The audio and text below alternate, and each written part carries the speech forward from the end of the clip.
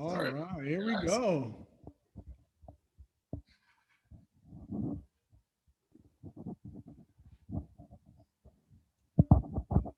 Stuart, good to see you.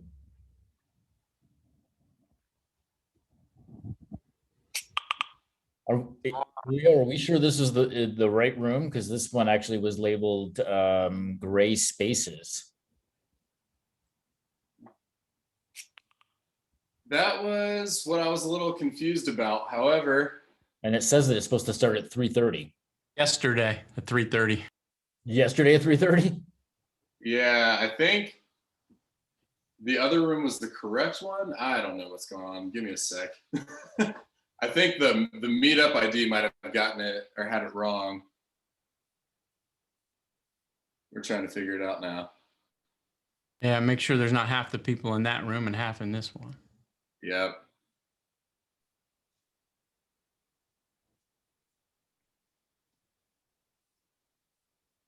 Let's see, what's...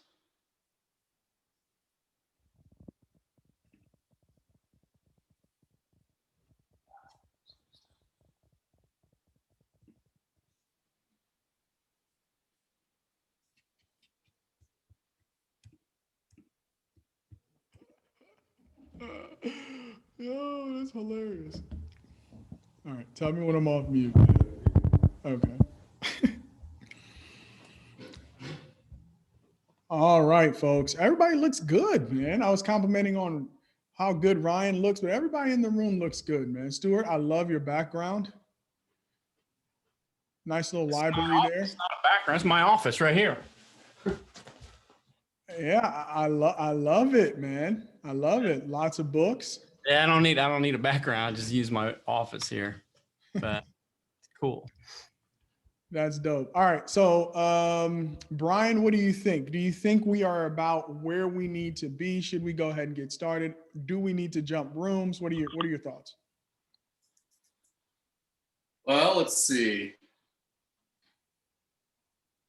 I would say let's go with this, and then anything, I'll try to get a hold of everybody else and get them into this room if something's off. But this is apparently the one that was on the meetup. So I'd say go for it. Okay, cool. Well, all right, let's get to it. Ryan, you ready? Ready. All right. 614 Startups Nation, welcome to another episode, a special episode of 614 Startups Live. My name is Elio Harmon, your host, and I have a very special guest, a good friend of the show, longtime supporter of 614 Startups, and one of the smartest guys I know in the startup world, my friend Ryan Frederick of AWH. Ryan, what's up, buddy? Hey, thanks for having me. Good to see you again. All right, cool, man. Well, when I got invited by Ben and Lacey and the team over at TechLife to do a live show, I was thinking about guests that I would invite on, and your name was at the top of the list. One, because you're day in and day out, you're building your own business. You're helping entrepreneurs build their businesses. You wrote a book on founders. And so you have the pedigree, man, to really get into this subject, because this is something that I struggle with. Do I try to attack my entire market, or do I focus on a niche or niche? How do you pronounce that? Niche or niche? I'm from a small town in upstate New York and went to public school, so I pronounce it niche, which is probably the unsophisticated way to pronounce it. All right. So guys, in the comments, all right, this is where the engagement comes in. If you pronounce it niche, I want you to spell it N-I-T-C-H.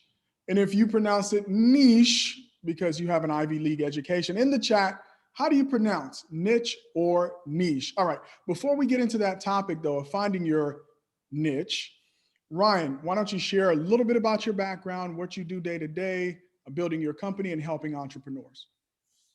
Yeah, serendipitous journey as it is for many. Ended up being part of starting 6 software companies. 2 of those went relatively well.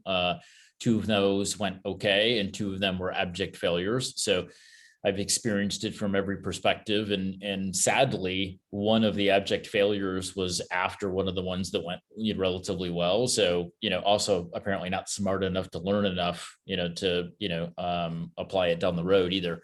11 years ago, came out of a company and was looking for something to do, and then joined AWH as a partner, and we're a digital product firm. So we help clients build digital products. Some of our clients are startups, some are mid-market companies, nonprofits, some are enterprises. And then I wrote a book called The Founder's Manual, really just to share some insights and some experiences that I had in building companies and creating products and being a founder fundamentally, because I think there's a lot, there are a lot of aspects to being a founder, building companies and creating products that are counterintuitive and or people just aren't aware going into it. And they think the existence is going to be very different than the realities of it. And so had some thoughts to share, and the publisher took a shot, and we ended up doing a book called The Founder's Manual to share some of those experiences and insights. All right, so 6 companies. I mean, you're only 21 years old, right? How do you start and have 2 go well, 2 not go so well, and then 2 be abject failures? I mean, what are we talking about time frame wise in terms of your first company that you started, getting to success, failure, et cetera? What do you find? Are you finding there's a number to success, number of years, et cetera, or does it vary every single time? Yeah, well, the one that was the most abject failure, flamed out pretty quickly because we got so much wrong so fast that we burned it to the ground within 6 months. And I guess that would be common among ones that you get mostly wrong versus ones that you get mostly right. The mostly rights took 7 to 10 years, right, before we had enough viability and sort of sustainability that we were able to sell those and do okay with them.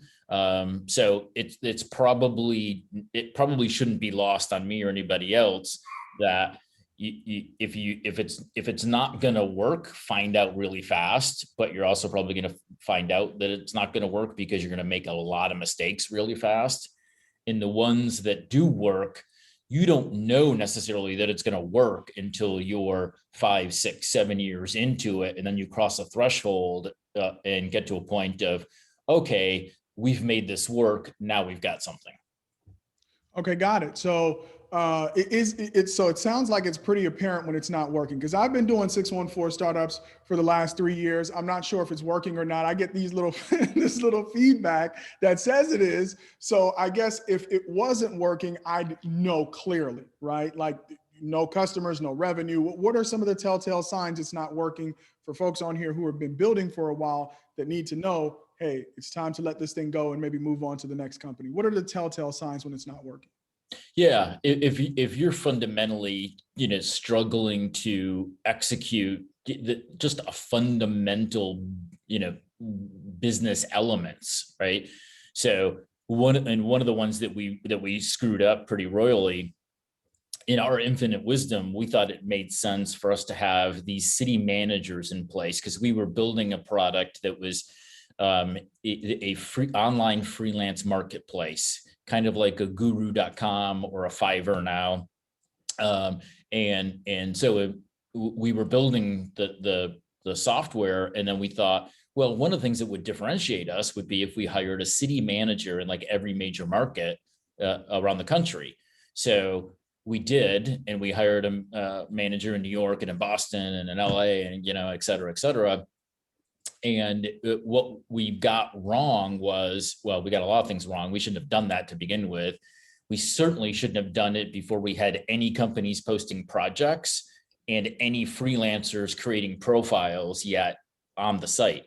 So we just got everything out of whack, and we put the cart before the horse, and we valued the wrong things. And before we knew it, we didn't even have the fundamentals that were going to make the business work, even though we had built a pretty decent product, right? We got everything else around the product so out of whack that it had no chance to work, even though we built a pretty decent software product. And so I think that's what happens a lot, especially in the software product space, is you can build a pretty good product now. And even back then, we built a pretty decent product. But if you don't have the business aspects around it nailed down of how you're going to acquire customers and what's it going to cost you to acquire a customer, and can you make money and can you make a profit on a customer, or what volume of customers that you need, right? And all of those things now that everybody talks about as part of building a company, the product is kind of the product is a given, right? If you can't build a fairly solid product, you shouldn't even be playing the game. But that's just the ticket to get you into the game. It's everything else that actually turns it into a business that makes any sense and that anybody's going to care about. All right, so we're going to try a little bit of vulnerability in the chat. So Ryan gave us 3 categories. It's going swimmingly. I'm going to exit this thing and cash out. We're somewhere in the middle, still building, still scaling, or not quite sure. It smells like spoiled milk. I don't know if this thing has legs. Can you let us know kind of where you are in your entrepreneurial journey? You don't have to be as honest about the spoiled milk part of it, because I know a lot of us are still growing our companies, but I just want to get a feel of the room. Where are you? Are you close to exit? Are you somewhere in the middle? Or are you trying to figure it out? Let us know in the comments. All right, while they do that, let's talk about niche. How do you define niche, Ryan? I define a niche as what's the smallest product that you can build that's high value for a very hyper-focused set of customers. And where most people get it wrong, because, and there's a lot of content and there's a lot of noise and conversation about things like total addressable market and scale, right? And investors getting a return, et cetera. And we get so focused on scale and how big a company could be that what we lose sight of is, well, it's impossible to get to 1 million users, without having the first 10. And so Peter Thiel's become a political hot potato, but his book 0 to 1 is still one of my favorite books, because he focuses a lot on how do you go from 0 to 1, which is essentially how do you go from 0 to having 10 customers use your product, right?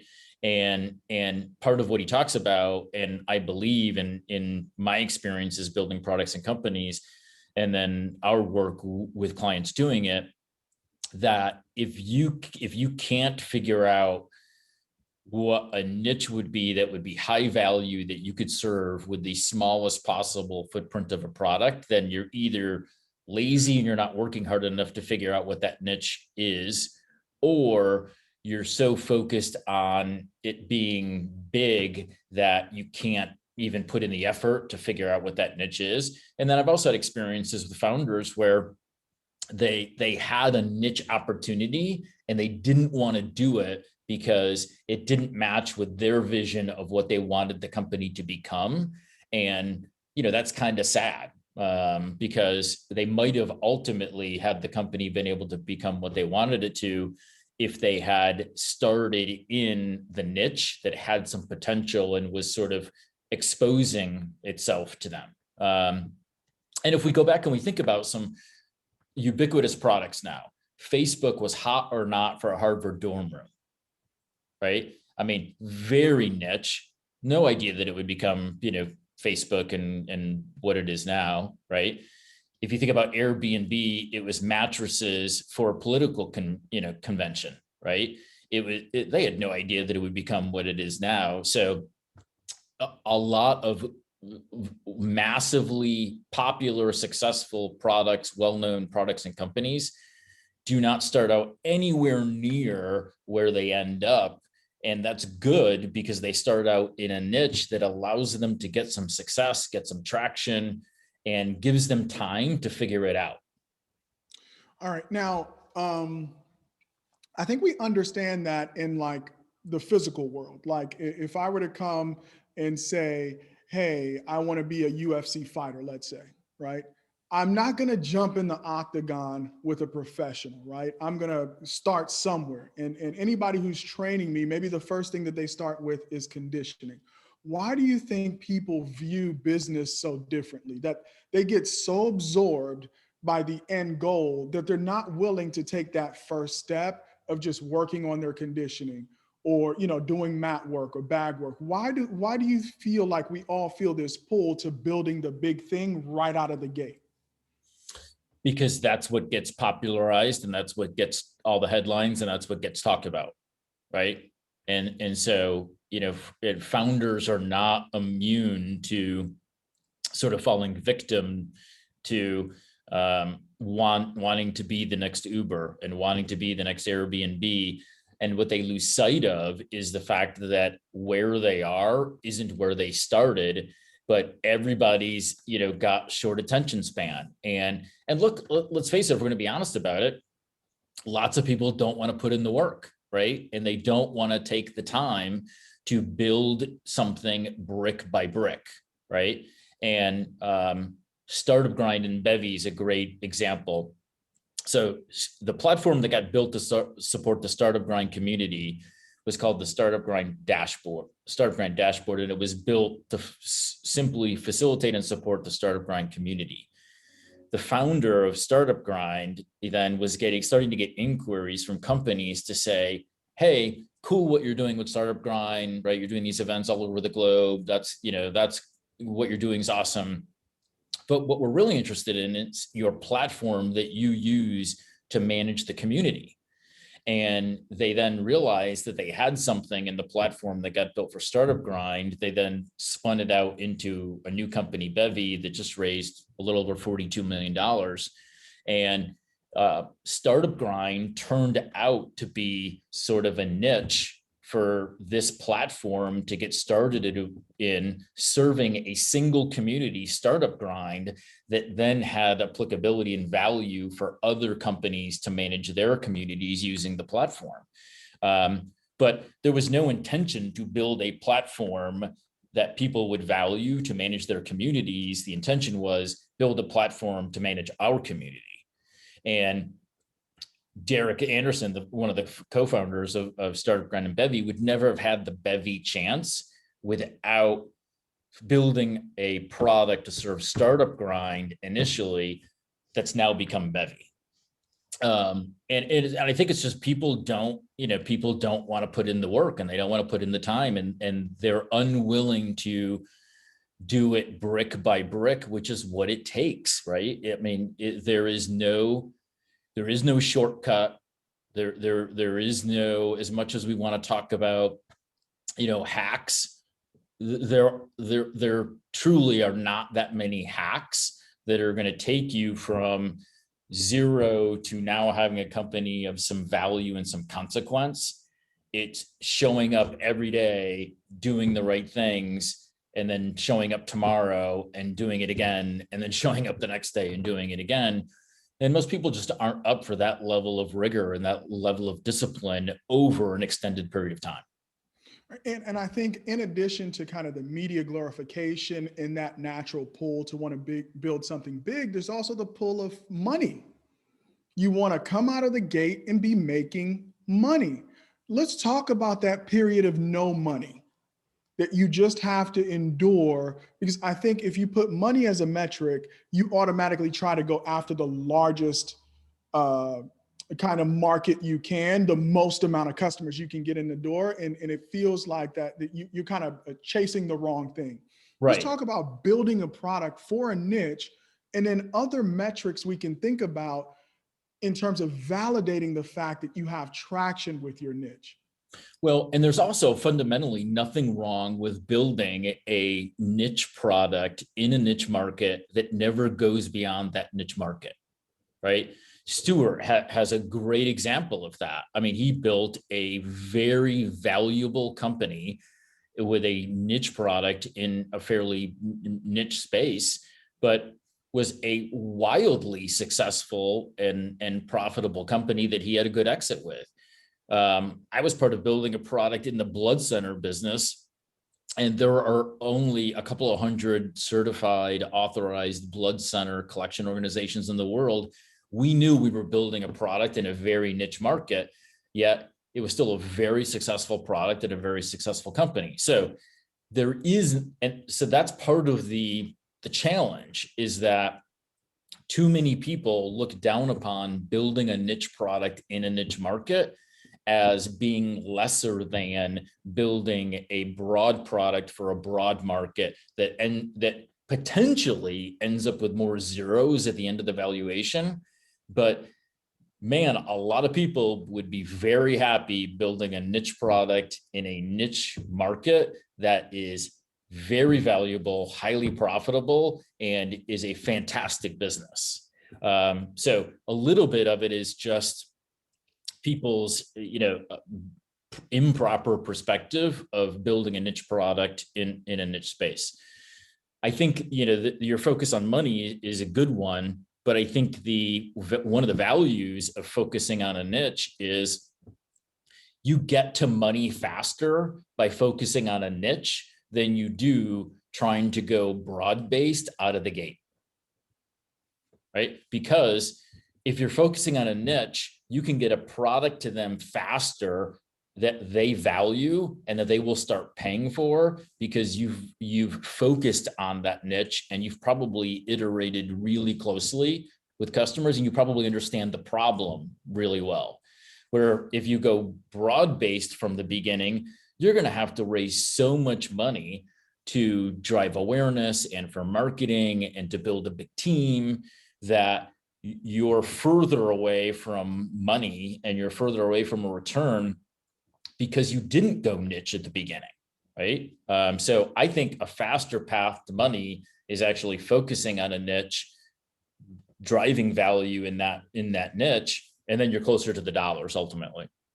All right. And Warner, in the comments, I love that. I think that should be the title of your book, Don't Tell the VCs, right? Things you should tell the VCs that get them excited, but things are actually critical in terms of building a business. Now, guys, please engage with us in the chat.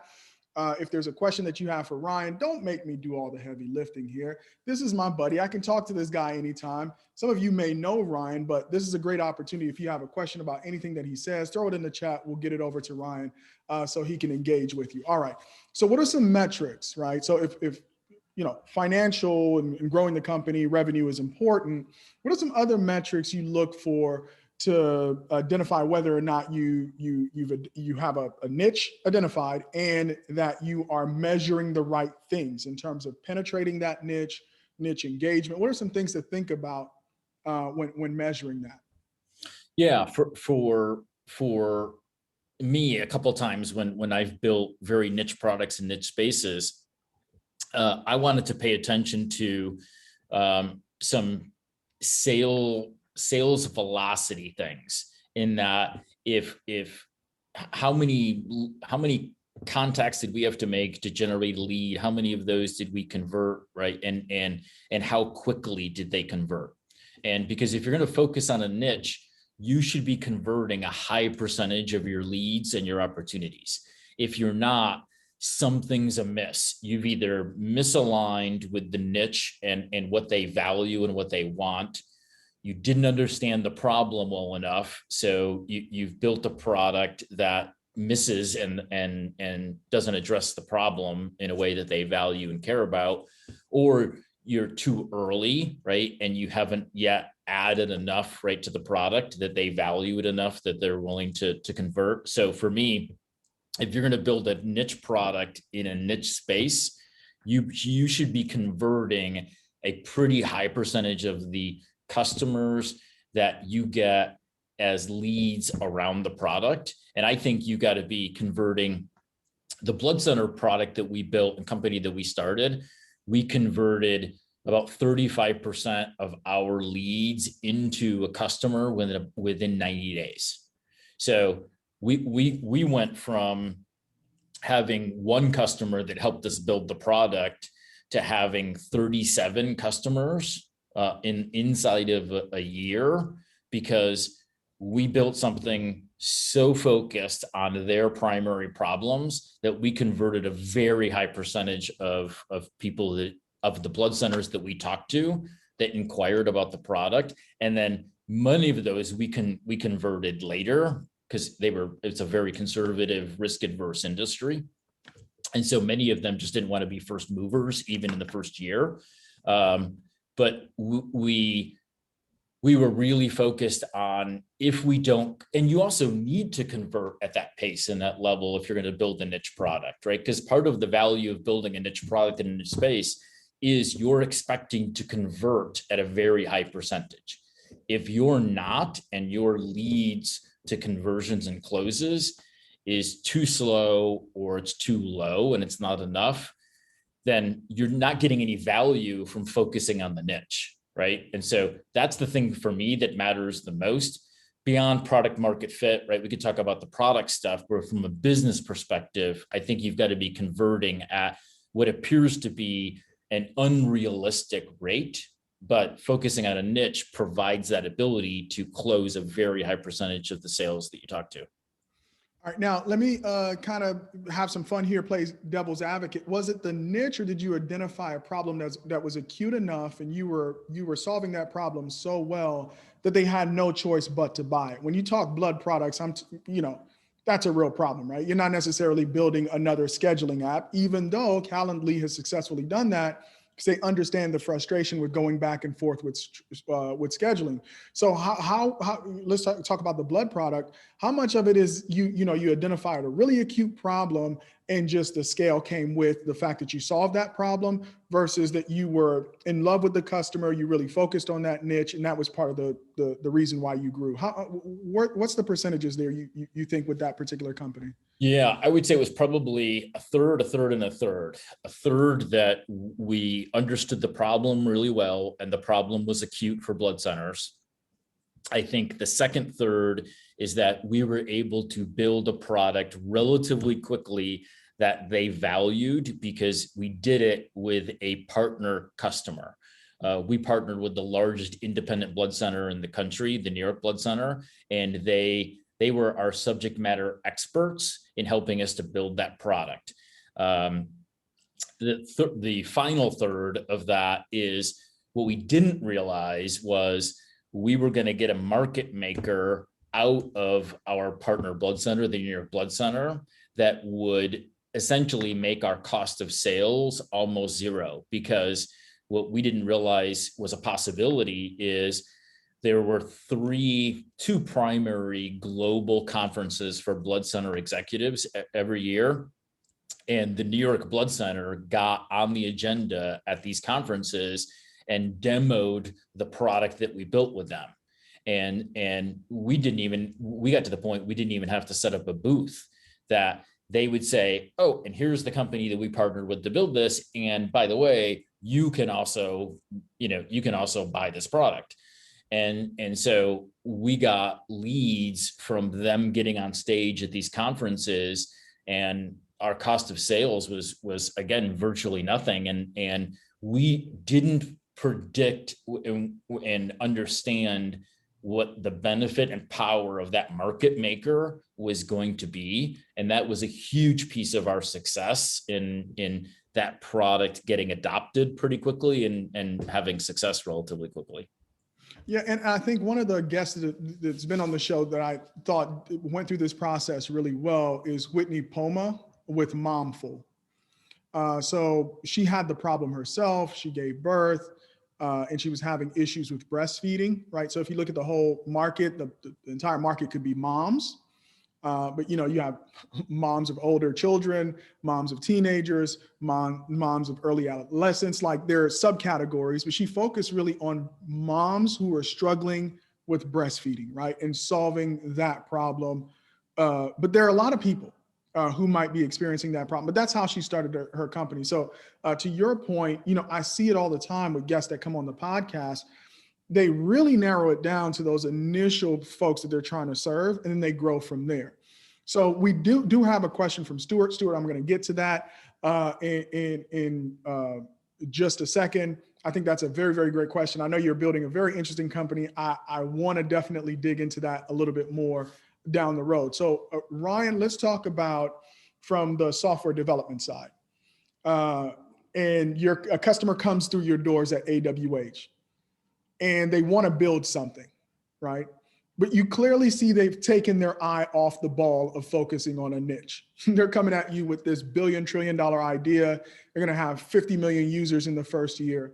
How are you talking founders through this process to reiterate how important it is? And I mean, trick question here, will you build it even if you know they don't get it and they are setting themselves up to fail? Because, hey, I'll take the check.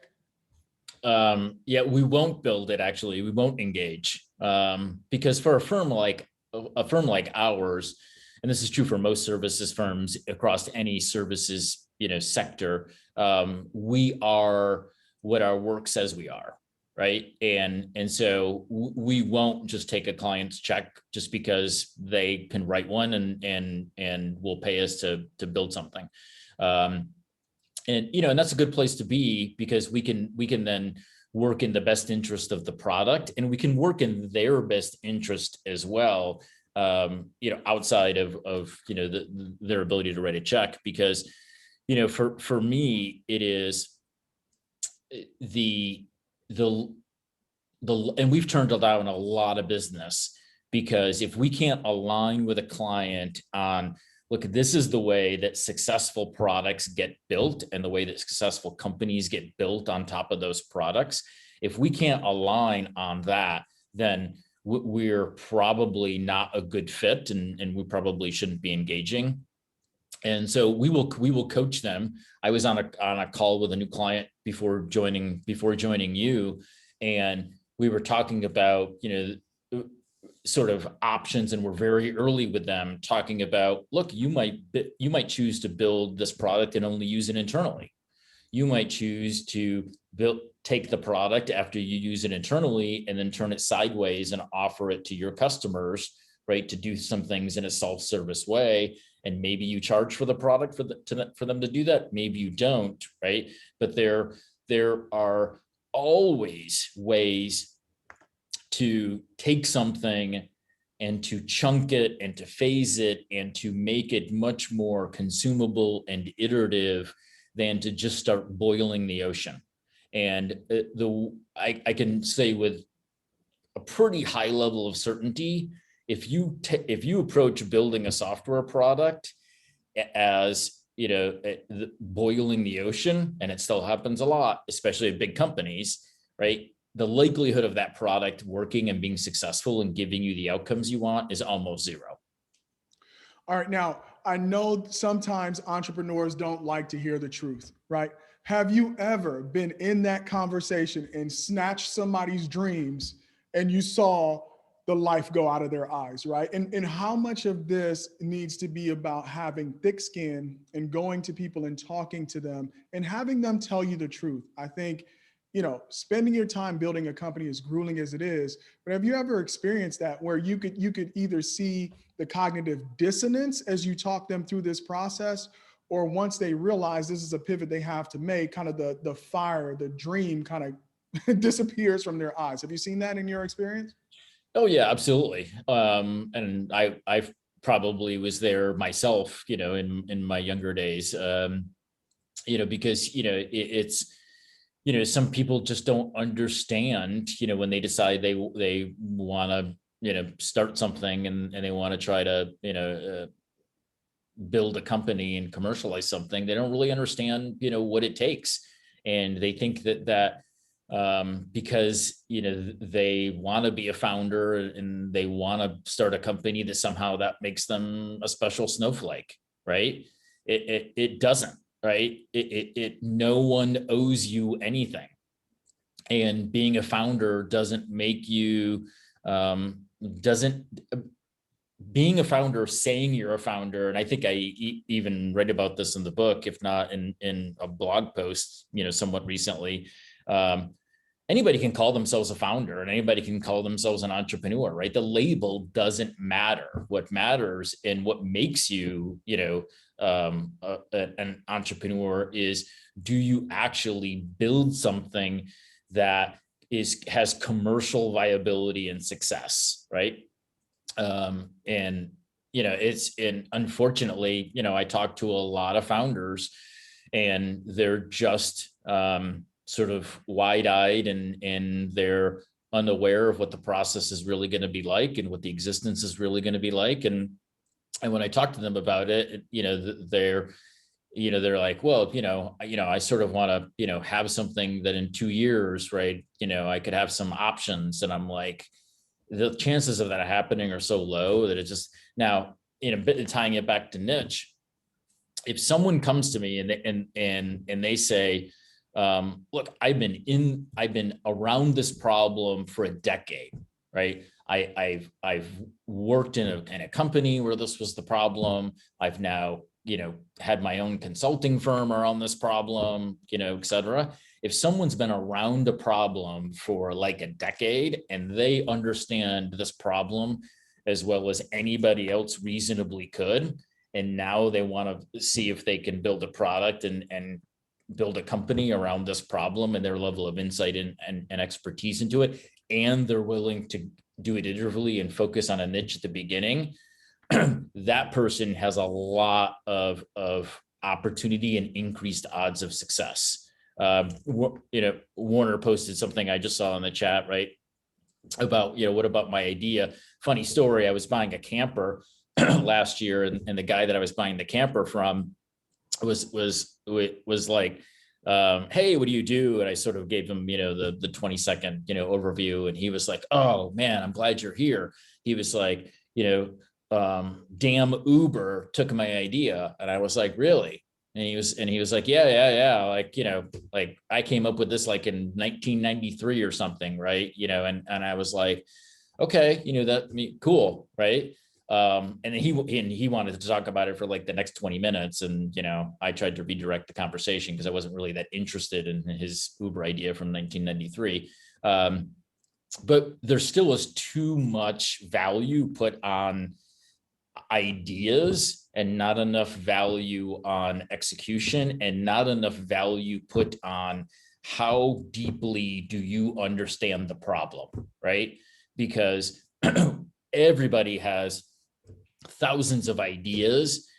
Of those, it's super rare that anybody understands the problem at a deep enough level to actually build a successful product and company on top of it. It's still incredibly rare how many pitch decks I see and how many clients we potentially talk to and entrepreneurs that I talk to, that when I start asking them about the problem and how long they've been aware of the problem and how much they know and how far they've dug, the conversation's a pretty short conversation most of the time, because we are wired to solve. And we also think that because we've seen it superficially, that somehow it's going to be really easy to then build something around the problem that people are going to value. And that's not the way it works. Yeah. And I instinctively know I'm not going to be a UFC fighter. Not even going to try, right? But when you look at business, you're like, this scrawny little kid in Silicon Valley took my idea and built Uber, right? It seemed like if he can do it, I can do it, or she can do it, I can do it. It's a little bit of that delusion happening in business as well, for a lot of people who think they could be founders or are founders and maybe are not finding the success that they thought they would find. All right, let's take Stuart's question. Go ahead. Yeah, let's jump on Uber, for example, right? And any company in that sort of, sharing space, in this case, ride sharing, right? Uber didn't come out and serve every market in the country at the beginning, right?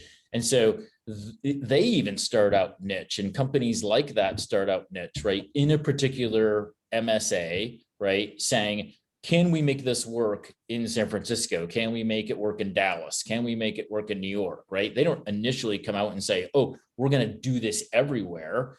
So even Uber started out in a niche, right? By saying, can we even do this in one city, let alone doing it in 5 cities? Amazon started off selling books, right? Physical Right. books. And Right. then it evolved from there. All right. So let's take Stuart's question. Ryan, I'm guessing you've come across a marketplace or two in your lifetime. So what's your kind of background with marketplaces? And then we're going to dig into monetization, growth, going from zero, nobody on the marketplace, buyer, seller, to that first customer. Yeah, I think the key to marketplaces is it's rarely equal, right? So if you look at a two-sided marketplace, you need both, to have value and to transact. But typically one side is more key to the equation than the other side. A really good example of this is Cover My Meds.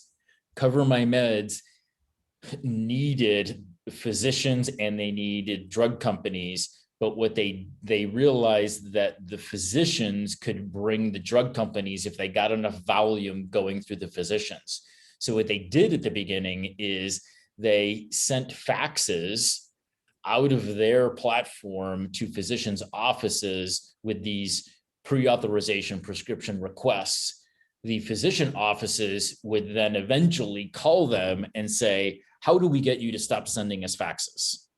And they said, oh, well, you can become part of our platform and part of our product. And then they built up enough doctor, right, heft on one side, right, to then be able to have the drug companies, right, and the prescription providers be able to come through the other side, right? So a two-sided marketplace, more than two sides, becomes even more complicated. But typically there's one player that has more value and more say in it that can bring the other one sort of through the process and bring them to the marketplace. And because rarely do you have enough time, money, and energy to focus on both sides equally at the beginning. And so my experience around marketplaces is figure out which side has the most value and then build and focus on that side. And if you get that piece right, the likelihood of the other side coming goes up fairly substantially if indeed that initial side has the clout that you think they do. Does that make sense? Yeah, and Stuart, continue to put in the chat if you need clarification on anything, but let's dig into that a little bit more so that I know Y Combinator has a saying, things that don't scale.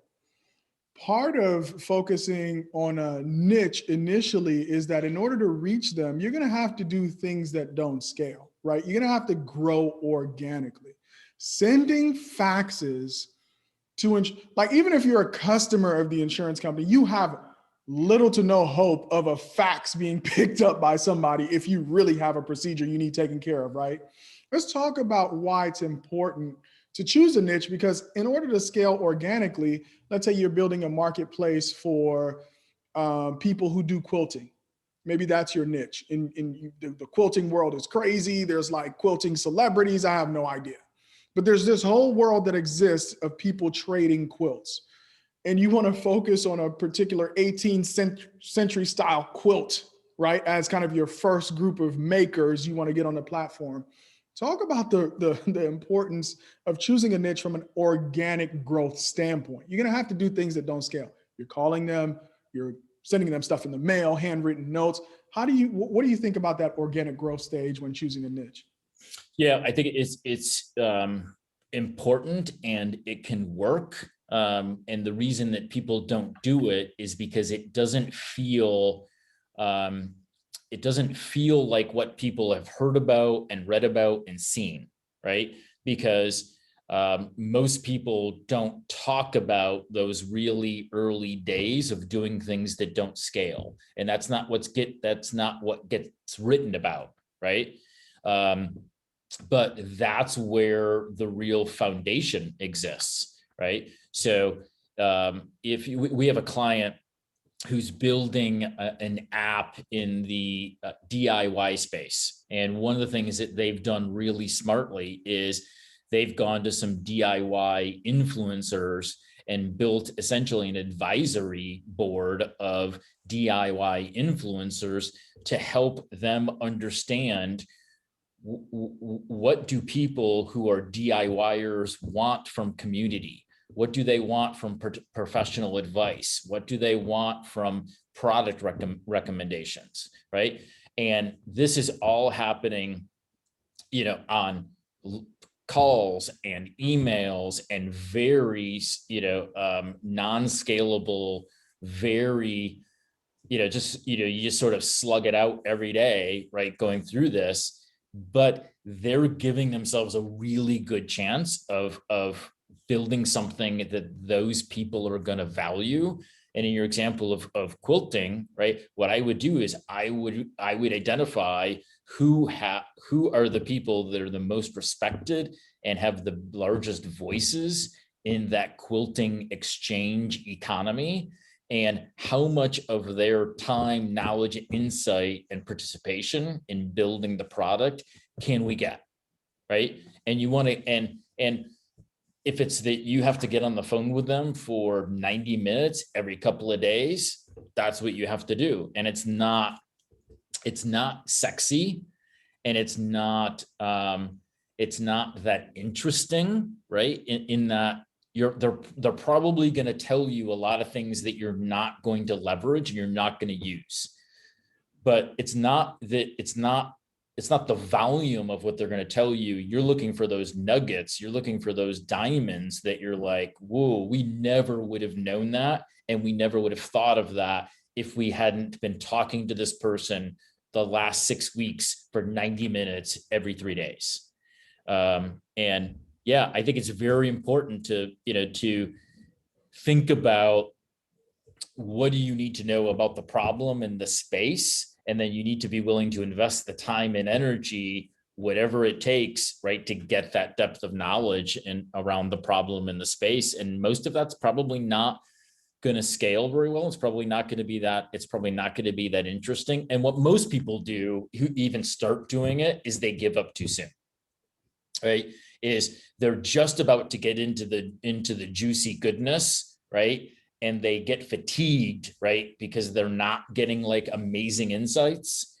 And then they give up too soon just before they were getting to the juicy insights. Because at the beginning, you don't even know the right questions to ask, right? When you first start talking to quilters about a quilting marketplace, I wouldn't know where to start, right? So part of it at the beginning is you just figuring out, well, what do I even need to know? And what do I need to even be asking about? And you're not going to know that out of the gate. That also needs some time to sort of develop. So sorry, that was a little bit of a long-winded answer, but yeah, I think it's critically important. Here's how my entrepreneur's brain works. I'm like, damn, I should start a quilting marketplace. That could really be huge. That's like literally that's how an entrepreneur, every idea, because we're optimists, right? Sounds like an idea that could be a really big deal. All right, so Ryan, let's talk about in terms of why every business needs to be also a media company. We were talking about this before, the lights came on when we started recording. Let's talk about being the voice to your niche or of your niche as well. Because one of the things that you pointed out is, hey, go to the quilting people and talk to the people who have influence. But what about building your influence within your niche and the importance of being a content creator when you're looking to capture a niche? Yeah, I think it's almost a requirement now, because the way that you build credibility, you build visibility, is through content and being present where people that you value are present, right? So if you intend on building a marketplace for quilters, right, then part of what your task at the beginning is to figure out, where are they living? What are they paying attention to? What do they care about? What kind of content are they engaging with? What kind of content can we produce that then is a little bit magnetic and draws them to us and makes them pay attention to us and what we're doing? So I think every company now is a content company.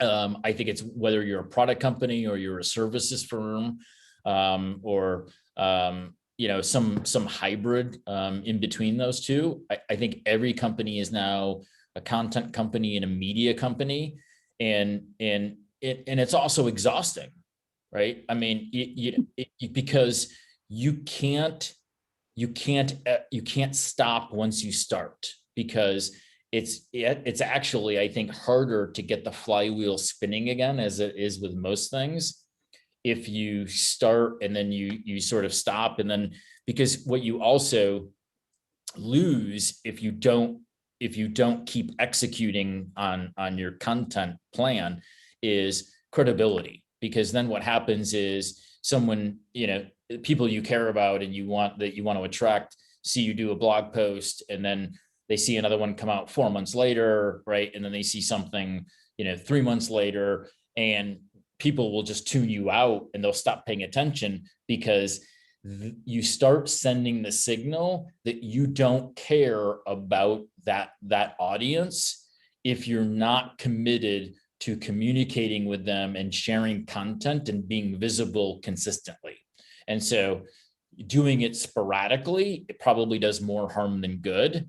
But it's exhausting. I mean, having to be a good product company and run a good fundamental business, and then also have to be a good marketing company and produce good, valuable content consistently is absolutely exhausting.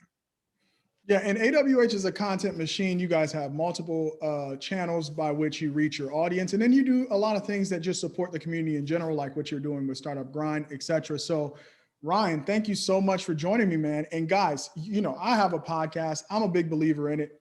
Running a podcast has absolutely changed my life, changed my business. So many different opportunities are coming up because I have this podcast. But here's the thing, man, if you want to start that quilting business, part of what you're going to have to do is go up against the yarn cartel, right? That's how you build credibility with your niche. You're going to discover all these things that help endear you with your customers. And if you have a customer base that's too wide, you won't be able to engage with them on that level. Thank you guys so much for joining me on this special episode of 614 Startups Live. We have another one coming next month. Event feedback poll. Please take the time to answer the poll, guys, if you found value participating in this. And then also remember the names of the participants. And if you're kind of an unknown name here, go ahead and throw your name in the chat. And I got a lot of connections on LinkedIn after the last show. So connect with one another. You never know who might turn into the next customer for your business. You guys can hang around if you have more questions with Ryan. We'll give you a couple minutes here just to answer the poll. And then if you are a fan of startups and everything going on in Columbus, you can check out 614startups.com. That's our podcast. That's where you can find the blog. Ryan is actually a contributor on the blog. Again, talk about creating content. He's submitting articles to us and we're publishing it on our website. So Ryan, thank you again. Have a wonderful evening, everyone. And I'll see you guys next month. Thanks, Elio. Peace. See you, everybody.